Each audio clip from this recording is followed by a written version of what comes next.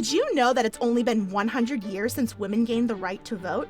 Yep, it's true. 2020 marks the 100th anniversary of the 19th Amendment, stating the right to vote shall not be denied or abridged by the United States or by any state on account of sex. The roots of the suffrage movement go back to the 1820s, when many reform movements were established around issues including religious freedom, anti-slavery, and suffrage, and women played a prominent role.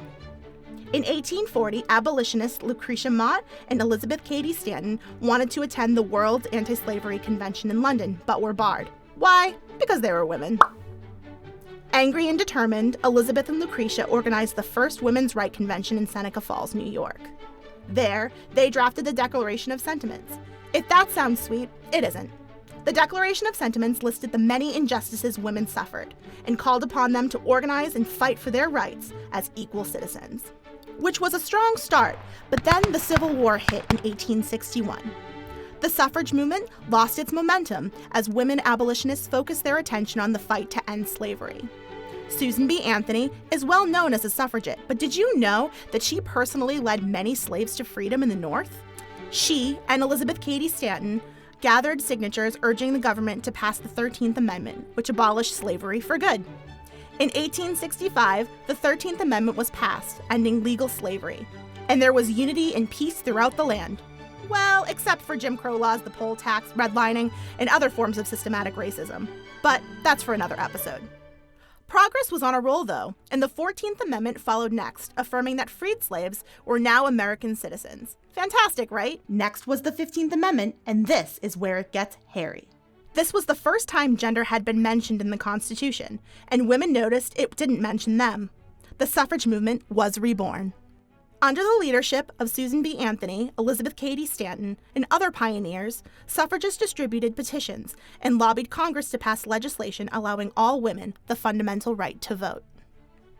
But obviously no one paid attention to them because who wants to listen to a bunch of ladies complaining about their rights? But that only served to spur the suffragists on. At the turn of the century, women's suffrage became a mass movement, splitting into two groups.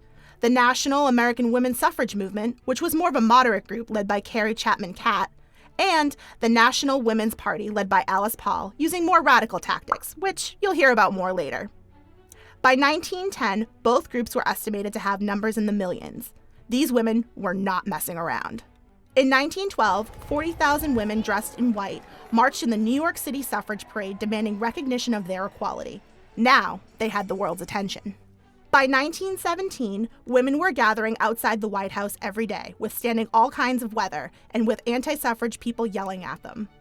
They held signs with slogans like, "Mr. President, how long must women wait for liberty?" Many were arrested and jailed, and some, like Alice Paul, continued their protestation behind bars with hunger strikes. Remember, they were doing this all in dresses, so these ladies were pretty tough. Some states in the West began to extend the vote to women. Eastern and Southern states were like, no. As World War I progressed, American women joined the effort by stabilizing the home front, filling in for men who had to leave their jobs to go to war.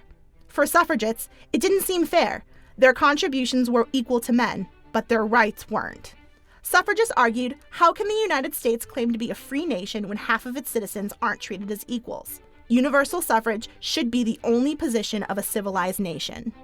Unrelenting organization, protests, and lobbying finally held sway, and on August 18th of 1920, the 19th Amendment to the Constitution was ratified. Yay! And on November 2nd of that year, more than 8 million women across the United States voted in elections for the very first time. Your vote is your voice.